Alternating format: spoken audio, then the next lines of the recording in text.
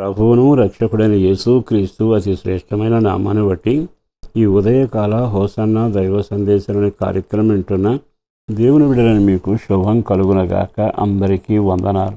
ప్రభు ఇంతవరకు మనల్ని కంచి వేసి కాపాడినందుకు రక్షణ పాత్రను పట్టుకుని స్తుతులు చెల్లిస్తూ ఆయన గొప్ప చేస్తూ ఆరాధించడం మన బాధ్యత. అట్టి ప్రజలు ఎన్నడూ ఆయన మర్చిపోయేవాడు కాడు.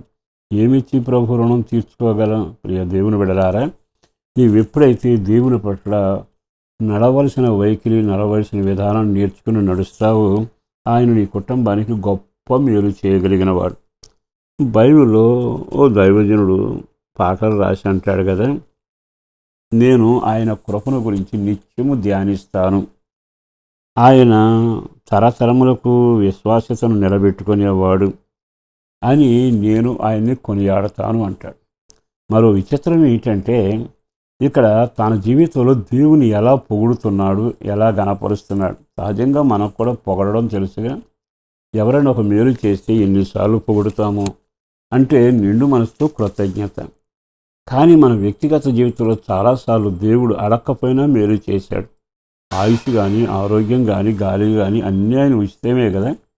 అనుభవించిన మనం ఎప్పుడైనా ఆయన సందులో మోకరించి ఆయన కృపను గురించి, ఆయన ఐశ్వర్యాన్ని గురించి, ఆయన విశ్వాసం గురించి, ఆయన మనకు చేసిన గొప్ప మేలుడు తలపోసుకుంటే ఎన్నిసార్లు మనం ఆయన కృతజ్ఞత చెల్లించాలి.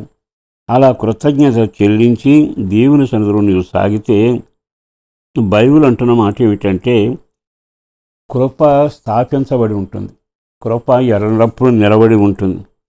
ఇప్పుడు అట్లా చేసి నువ్వు కొనసాగుతావో దేవుడు నీకు ఒక దీవెన తప్పకుండా సిద్ధపరిచాడు. మీకు ఒక మాట నేను చెప్పాలి, ఆయన్ని అలా స్తుతించడానికి నువ్వెవరివై ఉండాలి?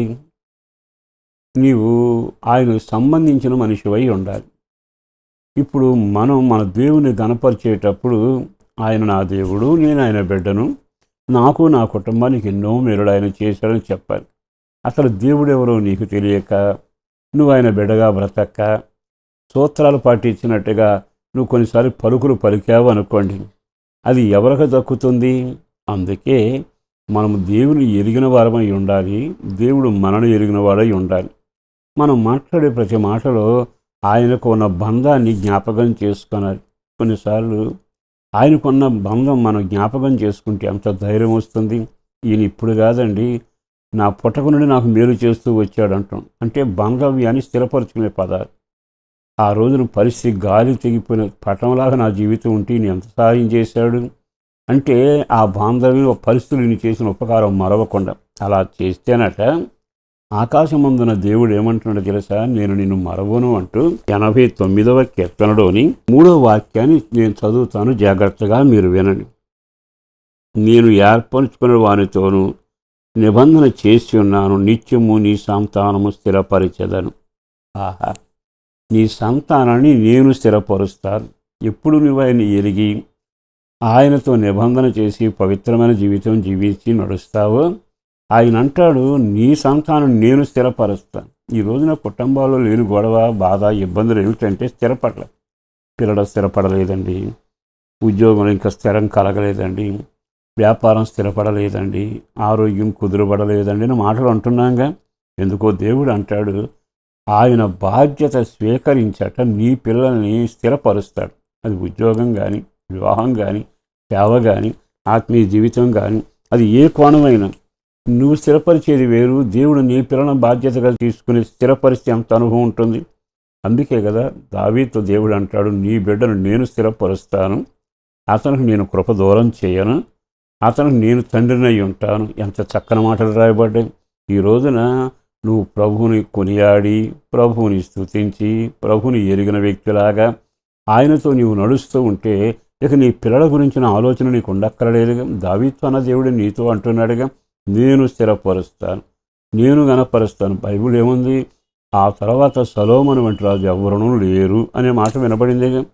నీ పిల్లల్ని దేవుడంత గణపరిచే ఉద్దేశంలో ఉన్నప్పుడు ఓ కృతజ్ఞత కలిగి ఆయన సన్నిధిలో నీవెందుకు ప్రార్థన చేయకూడదు? కృతజ్ఞత కలిగి కృపను గురించి ఆయన చేసిన కార్యాలను తలంచుకుంటూ స్తుతిస్తూ అడుగులు వేయి. అద్భుతం మీ జీవితంలో జరగబోతుంది. నీ పిల్లల గురించి కలవరం ఈ రోజే యేసు నామమున లయపరచబడి కృపలో స్థిరపరిచి దీవెనకరంగా ఉందురుగాక. పరిశుద్ధుడును ప్రేమాముడిన ప్రభు వందనాలయ. అపారమైన ఈ ప్రేమ కొరకు ధన్యవాదాలు. చేసిన మేలు కొరకు వందనాలు.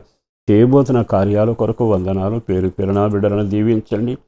వాళ్ళ భవిష్యత్తును దీవెనకరంగా మార్చి మహిమ పొందండి.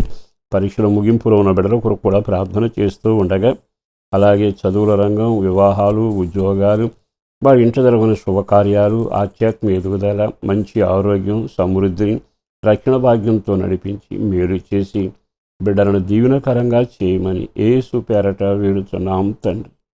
ఆమేన్.